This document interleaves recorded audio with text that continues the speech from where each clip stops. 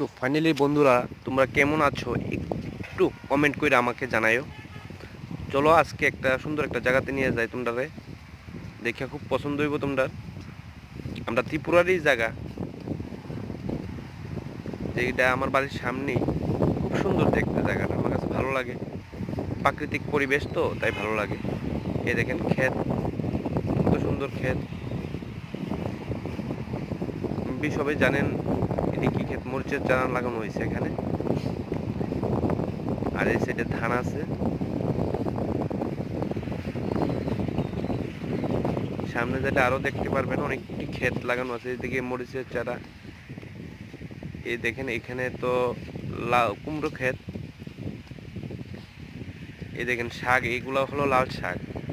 খুব খাইতেও খুব স্বাদ, দেখতে যে এরকম সুন্দর, খাইতে অনেকটা টেস্ট। এই দেখছেন, এই দেখেন এটা হচ্ছে লাউ। লাউ ক্ষেত, লাউ ক্ষেতের মানে লাউ ক্ষেতের মধ্যে ঝাড় লাগানো আছে। লাউ তো ঝুলে, যার কারণে লাউয়ের মানে চারিদিকটা ব্যারিকেড দিতে লাগে। আর এটা হচ্ছে কুমড়ো ক্ষেত। এই দেখেন মেবি কুমড়ো হয়েছেও বোধহয় ওখানে। চতুর্দিকে পরিবেশটা দেখেন, খুব সুন্দর দেখতে,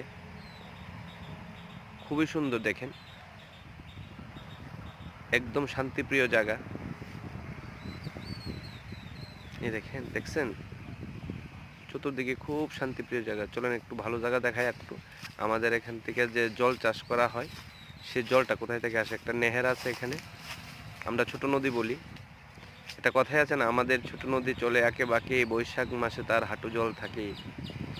সেই নদীটাই এটা। দেখছেন খুব সুন্দর। এই দেখেন এই ভিউটা খুব সুন্দর লাগে।